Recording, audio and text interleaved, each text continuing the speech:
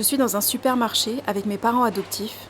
Mon téléphone sonne. Je décroche. Une femme parle en espagnol très vite. Je ne comprends rien. Je tente de lui dire « No hablo espagnol, no hablo espagnol ». Elle se tait, puis parle à d'autres personnes. J'entends des bruits sourds, de l'agitation, puis une autre femme prend la parole. En français cette fois-ci. « Madame, nous voulions vous demander de venir à l'ambassade du Venezuela, car l'ambassade du Salvador est trop petite pour vous accueillir tous. Nous avons une photo de votre mère et de votre sœur, et un courrier de votre sœur aussi. Vous pouvez venir ? C'est mieux d'être accompagnée. D'ailleurs, vous n'êtes pas la seule, on vous appellera les uns après les autres. » J'étais sans voix, abasourdie. Que venait-elle de dire ? Ma mère, comment ça, ma mère ? Les autres ?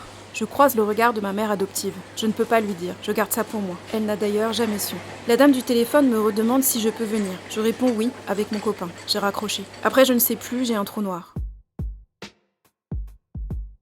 J'avais beaucoup réfléchi à si oui ou non j'allais contacter l'association de personnes adoptées et j'ai fini par sauter le pas. Il y avait des rendez-vous à Paris entre nous pouvions échanger sur nos histoires. Certains avaient des histoires difficiles. Beaucoup semblaient touchés, voire tristes, et je me sentais en décalage. Pourquoi suis-je si calme avec ce sujet ? À la suite d'un enchaînement de mails et de messages sur MSN, j'ai fini par être mise en contact avec un homme, Paul. Paul vivait au Salvador et parlait français. Il m'a proposé de récupérer les informations de ma naissance et de chercher pour moi ma famille. Mes parents m'avaient remis une pochette avec le nom de ma mère et d'autres papiers. Je n'avais jamais vraiment voulu y mettre mon nez. Je n'étais pas vraiment convaincue non plus que cela fonctionnerait. C'est l'histoire que je me racontais en tout cas. Je n'avais pas tant envie que ça et pourtant j'ai commencé à envoyer des informations. Paul était très enthousiaste et surtout très insistant. J'ai mis 1 an avant de finir par décider de lui faire confiance au point d'envoyer tout mon dossier. Mais aussi je pense parce que c'était très lourd pour moi. J'avais l'impression de trahir mes parents. Je me souviens du visage de ma mère quand je lui parlais de mon adoption. Son visage se fermait, comme quand on réagit à une vieille blessure que l'on connaît bien. Alors je ne creusais pas, de peur de lui faire du mal. Je crois que c'était bien pratique pour eux de garder bien intacte la promesse de l'adoption parfaite. Que je suis une enfant comblée et qu'elle est une mère comblée. Qu'il n'y ait aucune ombre au tableau. J'ai gardé le secret mais je n'arrivais pas à être aussi enthousiaste que ce fameux Paul qui me posait une tonne de questions dans chacun de ses mails.